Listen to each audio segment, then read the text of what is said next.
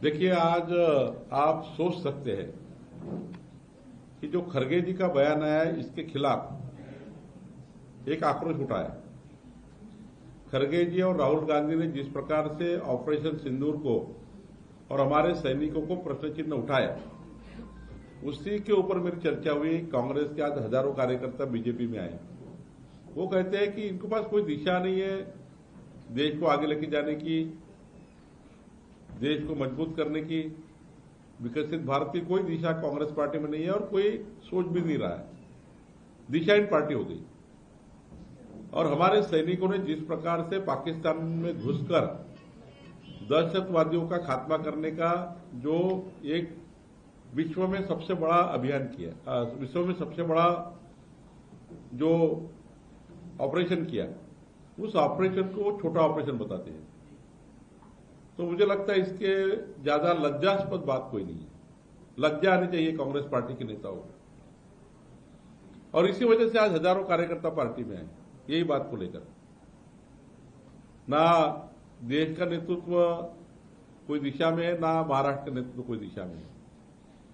और मोदी जी ने तो पूरे विश्व को यह बोला है कि हमने दहशतवाद के खिलाफ लड़ाई चालू कर दी है, हम दहशतवाद को युद्ध समझेंगे। मोदी जी ने कहा है हमने दहशतवाद के खिलाफ लड़ाई चालू की है और दहशतवाद को युद्ध समझेंगे। पूरा विश्व भी हमारे साथ जुड़ जाए दहशतवाद के खिलाफ, ताकि 2021वीं सदी है, ये सदी में दहशतवाद नाम का नए पीढ़ी को याद ही नहीं रहे दहशतवाद क्या है। ये भूमिका माननीय प्रधानमंत्री ने ली है।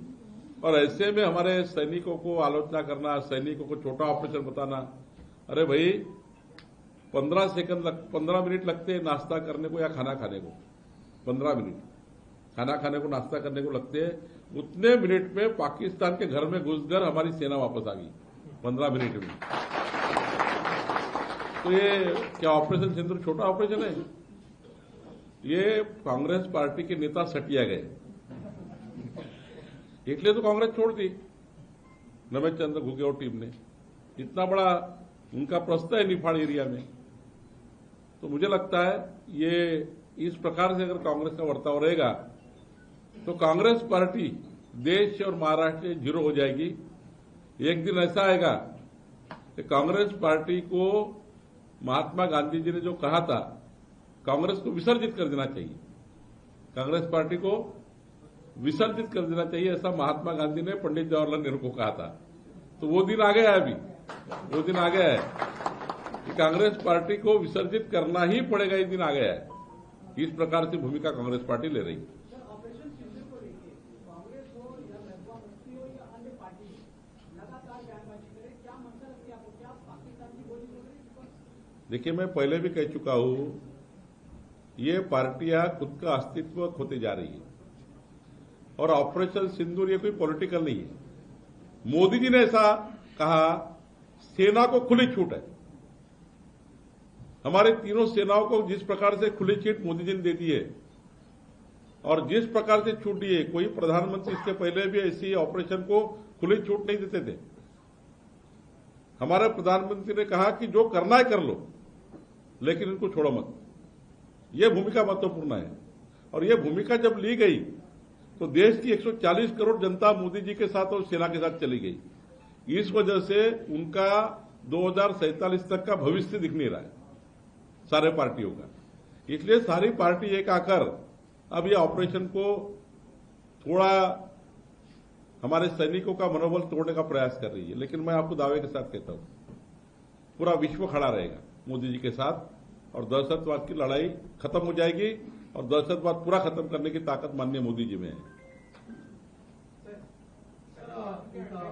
प्रश्न होता, सरकारचा मोठा प्रोजेक्ट आहे वाढवण बंदरचा। मात्र या वाढवण बंदरच्या पूर्वी एक माहिती घेतली असता जवळपास 10,000 एकर जी जागा आहे ती आता परप्रांतीय आणि विकासकांकडून अडक केली जात असल्याची माहिती समोर येते। तुमच्यापर्यंत काही तक्रारी आल्यात का? माझ्याकडेही वाळवण बंदराच्या बद्दलच्या आजूबाजूच्या जमिनीबद्दल काही तक्रारी आल्या आहेत। वाळवण जो आता या ठिकाणी पोर्ट येत आहे, वाळवण पोर्ट जो ऐतिहासिक पोर्ट या ठिकाणी वाळवण पोर्ट जो आहे तो जगातल्या जे अत्यंत महत्वाचे पोर्ट आहे जगातले त्यामधला एक महत्वाचा पोर्ट होणार आहे. संपूर्ण देशाला माहिती आहे की वाळवण पोर्ट म्हणजे संपूर्ण देशाला आणि महाराष्ट्राला विकसित करणारा एक मोठा बंदर पोर्ट या ठिकाणी होते आहे. मोठ्या प्रमाणावर भूमाफिया आणि मोठ्या प्रमाणावर शेतकऱ्याची लुबाडणूक करण्याकरता त्या ठिकाणी एक रॅकेट तयार झाला आहे.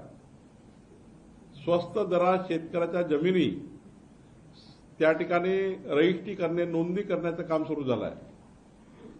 शेतकऱ्यांना जर माहिती नाही त्यांच्या जमिनीवर काय होणार आहे, कारण इतका मोठा प्रकल्प येत असताना शेतकऱ्याच्या जमिनी 20 पट 30 पट 40 पट 50 पट इतक्या महाग झाल्या आहेत वाळवण बंदराच्या परिसरातल्या. आता काही भूमाफिया काही लोक त्या भागात जाऊन मोठ्या प्रमाणावर खरेदी विक्री व्यवहार करतात आहे. मला तक्रारी प्राप्त आहे.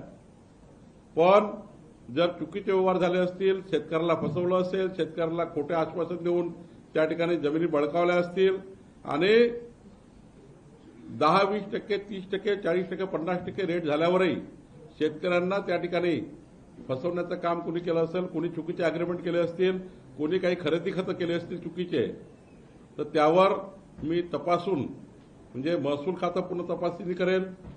या भागात कोणत्याही पद्धतीने शेतकऱ्याची फसवणूक होऊ देणार नाही. या भागातल्या शेतकऱ्यांना कोणत्याही परिस्थितीत आर्थिक लुबाडणूक होणार नाही आणि कोणत्याही शेतकऱ्याच्या जमिनी अव्वाच्या सव्वा त्या ठिकाणी ज्या मोठ्या किमतीच्या आहेत, चांगल्या किमती झाल्या, शेतकऱ्यांना न्याय मिळणार आहे. पुढे शेतकऱ्यांना फार मोठा न्याय मिळत असताना भूमाफिया त्या ठिकाणी जर अशा जमिनी त्या ठिकाणी शेतकऱ्यांना लुबाडून त्या ठिकाणी आपल्या नावानं करण्याचा प्रयत्न करत असतील तर शासन याच्यात लक्ष टाकेल. आणि अशा ठिकाणी शेतकऱ्याला माझी विनंती आहे, वाळवण बंदरामुळं पोर्टमुळं जे काही एक मोठं त्या ठिकाणी नवीन डेव्हलपमेंट येते आहे, त्या नवीन डेव्हलपमेंटमध्ये आपण सर्वांच्या अत्यंत महत्वाचा वाटा असला पाहिजे. स्वतः शेतकरी आपल्या जमिनी डेव्हलप केल्या पाहिजे. स्वतः शेतकरी त्या ठिकाणी जमिनी डेव्हलप करून आपल्या जमिनीचा त्या ठिकाणी म्हणजे वाळवण बंदराचा फायदा शेतकऱ्यांना डायरेक्ट झाला पाहिजे. त्याच शेतकऱ्यांनी आपल्या जमिनी आपल्या मुलाबाळांनी डेव्हलप केल्या पाहिजे. काही त्या ठिकाणी अशा तक्रारी आल्या आहेत. मी निश्चितपणे यामध्ये लक्ष टाकेल आणि जे काही गैरव्यवहार त्या ठिकाणी होत असतील तर त्यामध्ये शासन कारवाई करेल. सिलिंग कायद्याचं सुद्धा उल्लंघन झालं समोर येत आहे माहिती. काही एसआयटी तुम्ही किंवा काही या संदर्भात चौकशी समिती नाही, आज काही एसआयटीचा मुद्दा नाही आहे. सध्या तक्रारी एवढ्या आहेत की सिलिंग ऍक्टचं उल्लंघन करून म्हणजे एखाद्या शेतकऱ्यांच्या जमिनी घेताना काही कंपन्या काही भूमाफिया हे जी सिलिंगची लिमिट आहे ती शासकीय सिलिंगची लिमिट तोडून त्यापेक्षा जास्त खरेदी खतं करतायत. सिलिंग कायद्याचं उल्लंघन करतायत अशाही तक्रारी आहे. काही ठिकाणी गायरान जमिनी सुद्धा ताब्यात घेण्याचा प्रयत्न करतात आहे. काही आदिवासी जे बांधव आहेत त्या भागातले त्यांच्या जमिनी सुद्धा लुबाडण्याचा प्रयत्न काही लोक करतात. अशा तक्रारी आहे. या तक्रारी आहे, यावर चौकशी झाली नाही आहे. चौकशी अंती ठरवता येईल की हे प्रकरण एसआयटीचं आहे की स्वतः महसूल खात्याने तपासाचं आहे.